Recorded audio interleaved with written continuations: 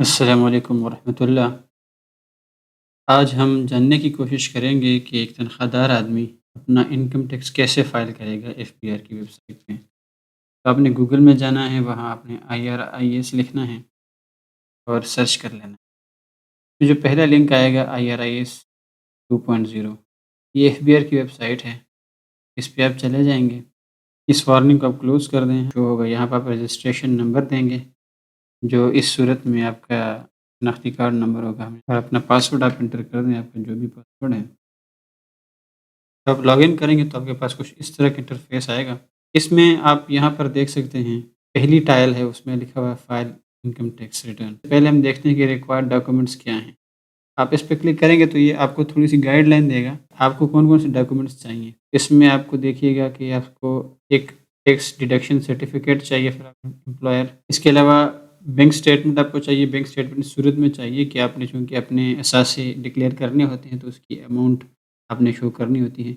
As such आपने ये certificates और ये बैंक स्टेटमेंट यहाँ कहीं सबमिट नहीं करनी होती, उसका सिर्फ़ डेटा आपने एंटर करना। इसके अलावा आप अपनी एक लिस्ट बना लें कि आपके जो एसेट्स हैं, वो क्या-क्या हैं और उनकी जो कीमत है, वो क्या-क्या है। मिसाल के तौर पर आपने कोई प्लॉट खरीदा हुआ है या आपके पास कोई गाड़ी है या कोई और इस तरह कीमती असासा है जैसे सोना हो गया। इसी तरह जो आपने लोन्स अप्लाई किए हुए हैं, ये आपकी वो लायबिलिटीज़ होती हैं जो आपके ज़िम्मे होती हैं।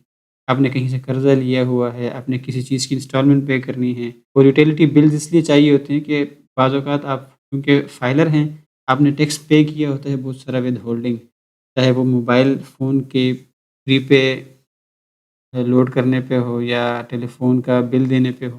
तो वो सारे बिल्स में आपने देखा होगा एक खाना होता है विथहोल्डिंग टैक्स का।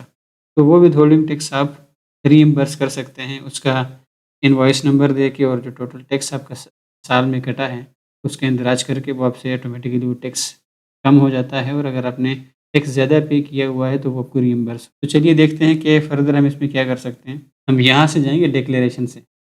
अब डिक्लेरेशन में जाएँगे, आप इस पे जाके क्लिक करेंगे क्योंकि मैंने पहले से ही इस पे एक ड्राफ्ट इनिशिएट किया हुआ है, तो वो मुझे कह रहा है कि आपको दोबारा इस पे क्लिक करने की ज़रूरत नहीं है। मैंने पहले से एक ड्राफ्ट बनाया हुआ है, तो हम ड्राफ्ट पे चले जाते हैं। इसको आप सिंपली यहाँ पे 2 एक्शंस हैं, आप इसको एडिट कर सकते हैं या आप इसको डिलीट कर सकते हैं। तो मैं इसको एडिट करूँगा और मैं आपको बताऊँगा कि क्या-क्या चीज़ें हमने इसमें एंटर करनी है।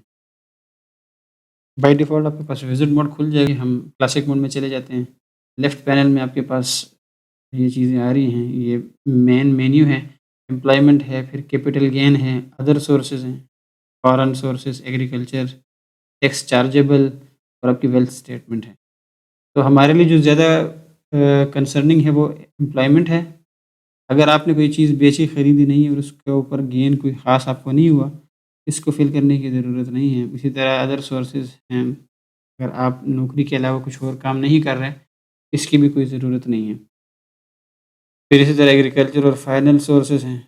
अच्छा टैक्स चार्जेबल जो है इसमें आप यहाँ पर जब जाएँगे तो आप टैक्स की अमाउंट लिखेंगे कि आपने कितना टैक्स को पे करना है और इसमें फिर आप एक खाना आता है जिसमें आप ये मेंशन करते हैं कि मुझे अ, रिसर्चर की मद में या कोई और इस तरह की कोई छूट अगर सरकार ने दी हुई है तो आप उसमें मेंशन करें।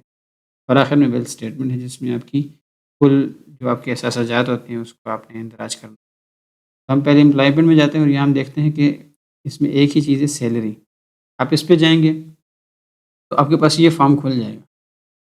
इसमें देखें जो चीज़ इम्पोर्टेंट है नोट करने वाली वो कोड है। कि ये कोड आपने ज़हन नशीन कर लें, ये बार-बार आपको यही चीज़ें इस्तेमाल हों। इसमें जो आपने देखेंगे कि ये मेन इनकम फ्रॉम सैलरी, अब इसकी ये सब कैटेगरीज़ हैं, ये सारी चीज़ें जमा तफ़रीक होके आपको ये वैल्यू देती है। तो इसमें सबसे पहली चीज़ पे, वेजेज़ और अदर रेम्यूनरेशन है। क्योंकि आप पे ले रहे हैं, तो यहाँ आप सालाना पे जब आप जो डॉक्यूमेंट हमने पहले डिस्कस किए थे कि ये आपके पास होनी चाहिए जिसमें आप एम्प्लॉयर ने आपको एक सर्टिफ़िकेट इश्यू किया होगा टैक्स रिडक्शन का, उसमें आपकी सालाना जो तनख़्वाह है जिस पे टैक्स वाजिब है, वो मेंशन हुई होगी। आपने वो सर्टिफ़िकेट अपने सामने रख लेना है और उसमें एक खाना होगा टोटल टैक्सेबल इनकम का। उसमें जो चीज़ लिखी होगी वो आपने इस खाने में लिख देनी है। ये कोड है इसका 1009। इस 1009 के अगेंस्ट आपने यहाँ पर वो अमाउंट आप लिख देंगे। जब आप वो अमाउंट यहाँ पर लिखेंगे तो वो सारा चूँकि मज़ीद चूँकि अलाउंसेस और ये बाकी चीज़ें अगर आपकी नहीं हैं, जो कि अक्सर औक़ात नहीं होती, तो इनको आप खाली छोड़ देंगे। तो यहाँ पर आप अपनी तनख़्वाह लिख देंगे, तो वो तनख़्वाह कुल होके यहाँ पर आ जाएगी। इसके बाद अगली चीज़ कैपिटल गेन है। कैपिटल गेन में आपके पास कैपिटल गेन स्लैश लॉस यानी कि आपको नफ़ा भी हो सकता है, नुकसान भी हो सकता है। इसमें आप जाएँगे तो इसमें अ, एक ही खाना है 4000 का कि आपको कितने गेन कितना हुआ है या आपको लॉस कितना हुआ। वो जब आप लिखेंगे तो प्लस माइनस में जाकर अगर आपको गेन हुआ है तो आप पॉज़िटिव में लिखें और अगर आपको लॉस हुआ है तो उसके साथ आप नेगेटिव लिखें। अदर सोर्सेज़ में हम जाते हैं, ये रिसीट्स एंड डिडक्शंस हैं। इसमें आपको Behbood certificate, profit on debt, other receipts, annuity, pension, वो चीज़ें आप यहाँ पे लिख सकते हैं। अगर आप बाहर से नहीं कमा रहे, सिर्फ़ आप एग्रीकल्चर है तो एग्रीकल्चर से जितनी कमाई आपको हो रही है वो आपने यहाँ पे लिख देनी। फिर अगला खाना टैक्स चार्जेबल का है कि इसमें फिर आप देखें नीचे कि आपके पास मुख्तलिफ़ चीज़ें हैं, डिडक्टेबल अलाउंसेस हैं, टैक्स रिडक्शन है। टैक्स चार्जेबल पेमेंट में डिडक्टेबल अलाउंसेस हैं, डिडक्टेबल अलाउंसेस के बाद ये टैक्स रिडक्शंस हैं। टैक्स रिडक्शंस पे अगर आप टीचर हैं या रिसर्चर हैं और आपको रिबेट मिल रहा है 25% तो वो अमाउंट आप यहाँ पे लिख देंगे। आप जब लिखेंगे ये चीज़ें सारी खाने फिल करेंगे तो ये सम अप होके यहाँ टैक्स रिडक्शन में टोटल जो आपको टैक्स रिडक्शन मिलेगी वो यहाँ पे। इसी तरह बाकी ऑप्शंस अगर हम चेक करें तो इसमें tax reduction, tax charge on Behbood certificate, इसी तरह tax reduction capital gain on immovable property. ये उन लोगों के लिए हैं जो आर्मी से रिटायर्ड हैं या हाज़िर सर्विस हैं, उनको जो छूट मिलती है प्रॉपर्टी बेचने पे या ख़रीदने पे, उसके ऊपर अगर उसको गेन हुआ है, तो उस गेन पे जो टैक्स होता है उस उससे उनको एग्ज़म्पशन मिली होती है। एडजस्टेबल टैक्स में आपने ये लिखना है कि आपने कितना टैक्स दिया हुआ है, तो वो आपने यहाँ पे वो अमाउंट लिखनी है जो आपको टोटल नॉर्मल टैक्स बनता है। ये कोड आप याद रखिएगा, ये कोड बहुत ज़रूरी है। इसी के तहत आपने ये सारी चीज़ें लिखनी है। तो यहाँ आप टोटल टैक्स लिखेंगे, जितना आपका टोटल टैक्स बनता है, आप कैलकुलेट करेंगे तो वो अपडेट हो जाएगा। इसमें बाकी ऑप्शंस ज़्यादा मैटर नहीं करती। अगर आपने कुछ ऑप्शन हम देख लेते हैं, जिस तरह सेल फ़ोन का बिल है, आप फॉर एग्ज़ाम्पल आप यूफ़ोन के यूज़र हैं और यूफ़ोन ने आपसे विथहोल्डिंग टैक्स काटा हुआ है, आप कार्ड परचेज़ करते हैं उसके और आपको टैक्स कट जाता है। उसका एक रिकॉर्ड उनके यूफ़ोन माई यूफ़ोन ऐप आप इंस्टॉल करेंगे, उससे आपको एक सर्टिफ़िकेट उनको रिक्वेस्ट भेजेंगे, वो आपको एक सर्टिफ़िकेट सेंड कर देंगे पीडीएफ फॉर्म में। उसमें जो टोटल विथहोल्डिंग टैक्स उन्होंने काटा होगा ओवर द ईयर, उसकी अमाउंट आप यहाँ पर ये प्लस का साइन आपको नज़र आ रहा है, आप इसको प्लस करेंगे, तो यहाँ पर अपना कंज़्यूमर नंबर लिख देंगे और यहाँ पर उसकी थोड़ी बहुत डिटेल लिख लेंगे। जिस जिस तरह के नंबर 1 पे लिखा हुआ टाइप ऑफ यूटिलिटी टाइप है, गैस या इलेक्ट्रिसिटी है, कमर्शियल और रेज़िडेंशियल है, यूटिलिटी कंपनी कौन-सी है। इसमें हम लिख देंगे कंपनी में हमारा यूफ़ोन आ जाएगा, टाइप में हमारा जो है टेलीकम्युनिकेशन आ जाएगा और जो दूसरे नंबर पर है वो हम पर्सनल यूज़ लिख देंगे या जो भी आपको मुनासिब लगे वो आप लिख दें। इसी तरह प्रीपे टेलीफ़ोन है, इसमें अगर आपने कुछ डालना है तो उसी तरह वो प्लस करके उसकी सारी डिटेल्स यहाँ पे आ जाएँगी। इसी तरह तमाम खाने जो आपसे आप इंटरनेट का बिल है उसमें अगर आपका विथहोल्डिंग कट रहा है, तो वो आप इसमें एडजस्ट कर सकते हैं, लेकिन बशर्ते कि आपके पास उसका कंज़्यूमर नंबर और वो सारी डिटेल्स सालाना मौजूद हों। ये सारा करने के बाद आखिर में हम इसमें एक और चीज़ जो है वो कैपिटल एसेट है। ये एक नई चीज़ इन्होंने डाली हुई है। नई इस तरह है कि पहले आप जो प्रॉपर्टी है वो कोड कोड नंबर 7002 के तहत आप डालते थे रेज़िडेंशियल जो प्रॉपर्टी।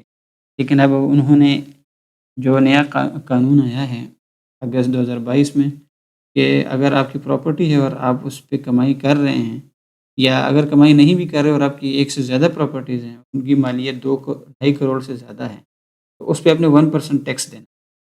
अब उसी चीज़ को वो इंश्योर करने के लिए आपने जो जो भी आपकी प्रॉपर्टी रेज़िडेंशियल प्रॉपर्टी वो आपने चूँकि आपको यहाँ प्लस साइन नज़र आ रहा है, इस पे आप क्लिक करेंगे और आपकी जो भी प्रॉपर्टी है उसमें आप मेजरमेंट है, आपने स्क्वायर मीटर में डालना है, कनाल में डालना, ज़्यादातर लोग मरलास में डालते हैं, तो आप मरला को क्लिक करेंगे, इसमें आप यहाँ उसका टोटल एरिया लिखेंगे, मरला के केस में 5 मरले हो जाएगा, उसका एड्रेस लिख देंगे, प्लॉट नंबर, सेक्टर, सिटी जो भी है वो आप यहाँ लिख देंगे। इसी तरह तहसील आ जाएगी, उसमें इस्लामाबाद है, कराची है, पेशावर है, डिस्ट्रिक्ट लिख देंगे और यहाँ पर लिख देंगे कि whether exempted from tax under section 7E और नॉट। तो अगर आपकी एक ही प्रॉपर्टी है, तो आप उसको एग्जेम्प्टेड लिख देंगे। अगर आपकी एक से ज़्यादा है, दूसरी प्रॉपर्टी आप इसमें एंटर कर रहे हैं, तो वो नॉट एग्जेम्प्टेड होगा। वो on the basis of amount के उसकी मालियत कितनी है, वो फिर डिसाइड करेगी एफबीआर, या आप इसके अंदर जो बिल्ट इन कैलकुलेटर है वो आपको बता देगा कि आपका कितना टैक्स बनता है। तो अगर आपकी एक ही प्रॉपर्टी, तो आप एग्जेम्प्टेड पे क्लिक करेंगे, तो आप नीचे देखेंगे कि आपके पास ये ऑप्शंस आ रही हैं कि एग्जेम्प्टेड की रीज़न्स क्या-क्या हैं।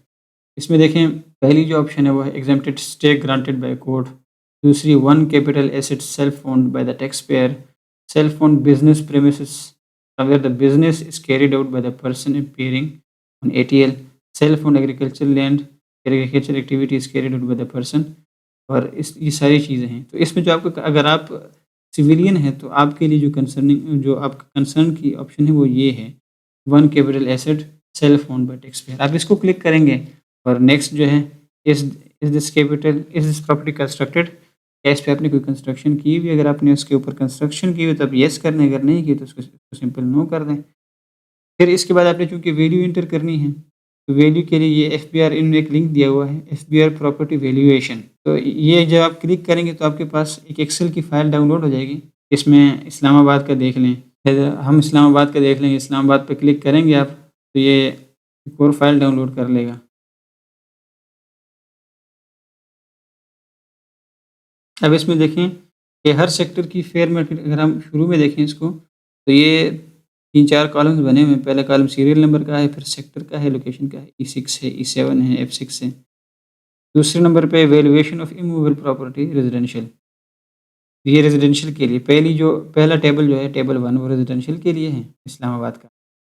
इसमें नीचे आपको दिया हुआ है कि size in square yards, square square गज़, कितने गज़ का प्लॉट है आपका, वो यहाँ पे दिया हुआ है। ये सारा कुछ लिखने के बाद आप इसको सबमिट करेंगे और आपकी डेटा एंटर हो जाएगा। फिर यहाँ पर आपने इसकी कॉस्ट लिखनी है कि इसकी जो कॉस्ट आपने डिक्लेयर की, यानी कि जितनी की आपने प्रॉपर्टी खरीदी हुई है, वो अमाउंट यहाँ पे आ जाएगी। और जो उसकी फेयर मार्केट प्राइस जो आपको यहाँ से लिस्ट से मिलेगी, जो हम पहले देख चुके हैं यहाँ से, तो आपको फेयर मार्केट प्राइस मिल जाएगी। आप कैपिटल एसेट के बाद नेक्स्ट खाना है final fixed minimum average relevant reduce tax. इसमें ऐसा आपकी फिल करने की कोई चीज़ भी नहीं है। आखिर में कंप्यूटेशन है, कंप्यूटेशन पे आप जाएंगे तो आपने जो चीज़ें, जो तनख्वाह आपने इंटर की हुई है, वो उसकी डिटेल खुद ब खुद ही आपके पास फिल होके आ जाएगी। जितनी आपकी नॉर्मल टैक्स हैं, ये कोड आप ज़हन नशीन कीजिएगा कि यहाँ जो ये 9,20,000 वाला खाना है, कोड है, इसमें आपका नॉर्मल इनकम टैक्स आएगा और जो आपकी टैक्स रिडक्शन है वो 9,309 कोड में आपके पास आ जाएगी। जो आपको 25% रिबेट मिला वो आपकी यहाँ पे डिस्प्ले हो जाएगी। और इसमें से ये मिन्हा करके जो आपसे टैक्स कलेक्ट किया गया है, वो जो आप इसको अपने जो स्लिप है उस पे वेरीफ़ाई भी कर सकते हैं। जो आपसे एक्चुअल में टैक्स डिडक्ट हुआ है, जो आपसे कटा है टैक्स, वो इतना है, वो आपके पास डिस्प्ले हो जाएगा। तो इन चीज़ों को आप अपने सामने, जो टैक्स डिडक्शन सर्टिफ़िकेट आपको एम्प्लॉयर से मिला है, वो सामने रखिएगा और इन चीज़ों को वेरीफ़ाई कर लीजिएगा। अगर उसमें कुछ मिसमैच हो, तो उसको, अगर आपको लगता है कि एम्प्लॉयर ने सर्टिफ़िकेट गलत दिया है, तो सर्टिफ़िकेट आप नया इश्यू करवा लें। या आप अपना जो आपने फिलिंग की है यहाँ पे इस वेबसाइट के अंदर, जो आपने डेटा एंटर किया है, उसको आप एक दफ़ा नज़रसानी कर लें कि यहाँ से कोई गलती तो नहीं। नेक्स्ट हम जाते हैं वेल्थ स्टेटमेंट पे। वेल्थ स्टेटमेंट में जाते हैं तो आपके पास यहाँ पे 4 चीज़ें, पर्सनल एक्सपेंसेस है कि आपके जो अखराजात हैं वो क्या हैं, फिर पर्सनल एसेट्स और लायबिलिटीज़ हैं कि आपके असासे कितने हैं, और आपके ऊपर कर्ज़ या जो आपकी ज़िम्मे वाजिबुल अदा चीज़ें हैं वो क्या-क्या हैं। एसेट्स में से लायबिलिटीज़ माइनस करके आपके पास टोटल आपकी वर्थ आ जाती है कि आपके पास एसेट्स कितने हैं। अगर आपकी एसेट लायबिलिटी से ज़्यादा है तो वो अमाउंट पॉज़िटिव में आ जाएगी, और अगर लायबिलिटीज़ आपकी ज़्यादा है तो आपकी वो अमाउंट नेगेटिव में आ जाएगी। फिर आखिर में रिकंसाइल है, कि रिकंसाइल का मतलब क्या है कि आपने पूरे साल में इतने पैसे कमाए, उसमें उसके 2 पोर्शन बने, एक के अखराजात में चले जाएँगे। जो अमाउंट आपके पास बच गई है वो आपके जो पिछले साल के असासे थे उसमें ऐड हो जाएँगे। यानी कि आपके असासों में कितनी मुस्बत तब्दीली आई है वो उसमें चली जाएगी। अगर आपकी सालाना इनकम वो इन दोनों के जमा के बराबर नहीं होगी, तो इसका मतलब है वो रिकंसाइल नहीं होगा। इसे हम आगे देख लेंगे। पर्सनल एक्सपेंसेस में हम जाते हैं तो पर्सनल एक्सपेंसेस में आप, एक पूरी लिस्ट है कि आप किराया कितना दे रहे हैं वो आप यहाँ मेंशन कर दें। जो आपसे टैक्स कटा गया है वो आप यहाँ मेंशन कर दें 7,052 में। और आपकी अगर आपके पास गाड़ी है तो उसकी मेंटेनेंस पे कितना खर्चा होता है उसकी अमाउंट लिख दें, ट्रैवलिंग लिख दें, इलेक्ट्रिसिटी बिजली का बिल आप कितना देते हैं सालाना, अगर आपके घर पानी आता है तो वो कितना है साल का। इसी तरह गैस का आपका सालाना बिल कितना होता है, टेलीफ़ोन का सालाना बिल कितना आता है, एसेट इंश्योरेंस सिक्योरिटी अगर आप कोई चीज़ इस तरह के आपने सब्सक्राइब किया हुआ है तो उस पे आपका सालाना कितना खर्चा आता है, मेडिकल पे कितना खर्चा हो रहा है, एजुकेशन पे कितना खर्चा हो रहा है, अगर आपने कोई क्लब जॉइन किया है तो उनकी सब्सक्रिप्शन फ़ी कितनी कटती है आपसे। यानी जो-जो अखराजात आपके ज़हन में हैं वो आप लिखते जाएँ।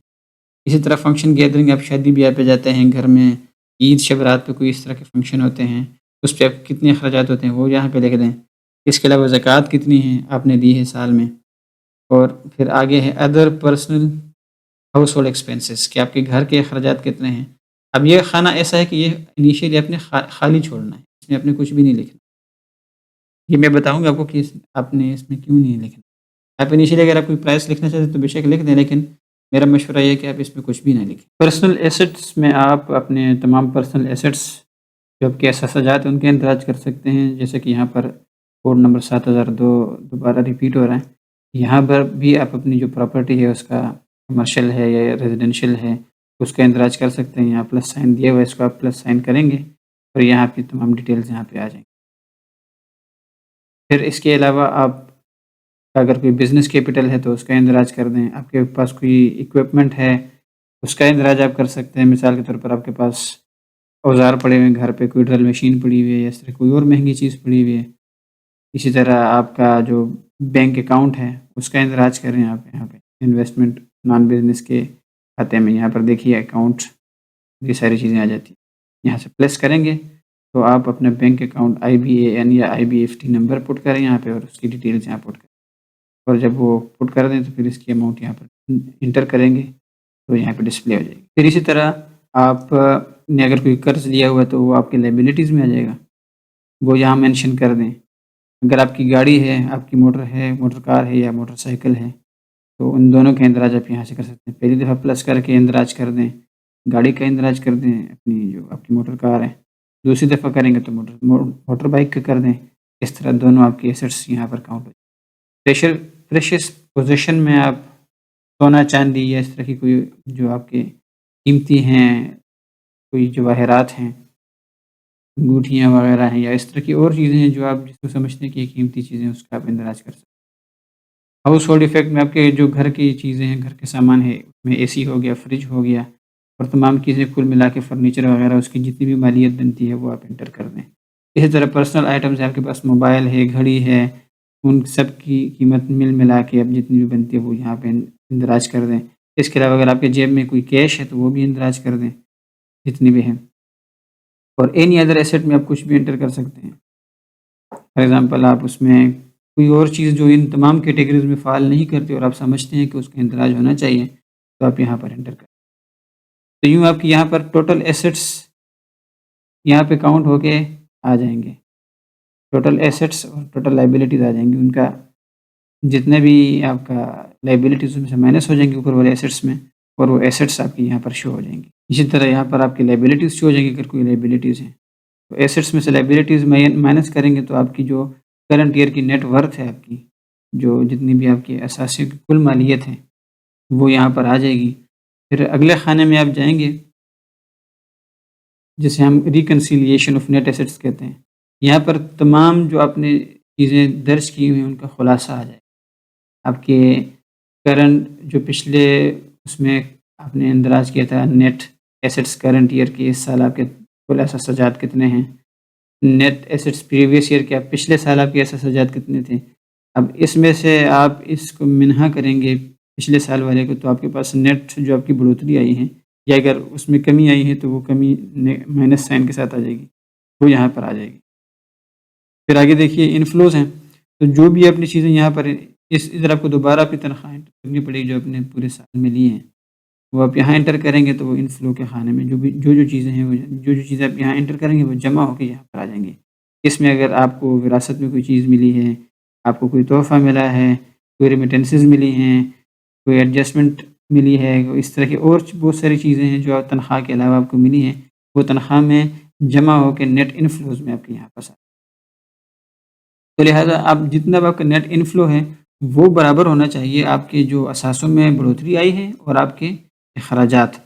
तो अखराजात यहाँ पे आपके आउटफ्लोज़ में आ रहे हैं। जो पिछले आपने यहाँ पर्सनल एक्सपेंसेस में जो-जो चीज़ें दर्ज की थी, वो यहाँ पर आपके पास 7099 कोड में यहाँ पर दोबारा डिस्प्ले हो जाएँगी। इसमें आपने किसी को तोहफ़ा दिया है, आपको कोई नुकसान हुआ है या और इस तरह की बहुत सारी कोई एडजस्टमेंट है, तो वो आप यहाँ पर जब इंदराज करेंगे तो आउटफ्लोज़ में आ जाएँगी। तो ये इनफ्लोज़ और आउटफ्लोज़ करने के बाद आपके पास यहाँ एक अमाउंट आ जाए। अब जो पहले मैंने आपको एक बात कही थी कि ये चीज़ ज़ीरो होनी चाहिए, लेकिन जब ये आप यहाँ पर जाएँगे अपने एक्सपेंसेस में, आपने क्योंकि यहाँ कोई चीज़ इंदराज नहीं की होगी, अदर पर्सनल हाउसहोल्ड एक्सपेंसेस में यहाँ ज़ीरो होगा। तो जब यहाँ पे ज़ीरो होगा तो यही एग्ज़ैक्ट यही अमाउंट आपके पास यहाँ रिकन्सिलिएशन में आ रही होगी यहाँ पर आपके पास ये अमाउंट आ रही होगी विद नेगेटिव साइन। आपने क्या करना है कि जस्ट उस अमाउंट को कॉपी कर लेना है और कॉपी करके यहाँ पर पर्सनल एक्सपेंसेस में आना है और पर्सनल एक्सपेंसेस में आके यहाँ पर पेस्ट कर। तो जब आप उसको यहाँ पेस्ट करेंगे और कैलकुलेट पे प्रेस करेंगे, कैलकुलेट पे प्रेस करेंगे और आप दोबारा रिकन्सिलिएशन पे जाएँगे, तो यहाँ आपके पास जो अमाउंट है वो रिकन्साइल हो जाएगी, वो ज़ीरो हो जाएगी। तो लिहाज़ा ये पूरा एक प्रोसीजर था जो हमने परफ़ॉर्म किया। इसके बाद अगला स्टेप वो सबमिशन का है। तो आप इसको जितने भी अपने काम किए उसको सेव कर लें और सेव करना इसलिए ज़रूरी है ताकि अगर आप अभी सबमिट नहीं करना चाहते, लेटर स्टेज पे करना चाहते हैं, तो आपने जितना काम किया है वो महफूज़ रहे। फिर इसके बाद नेक्स्ट स्टेप सबमिट पे है, आप सबमिट पे जाएँगे।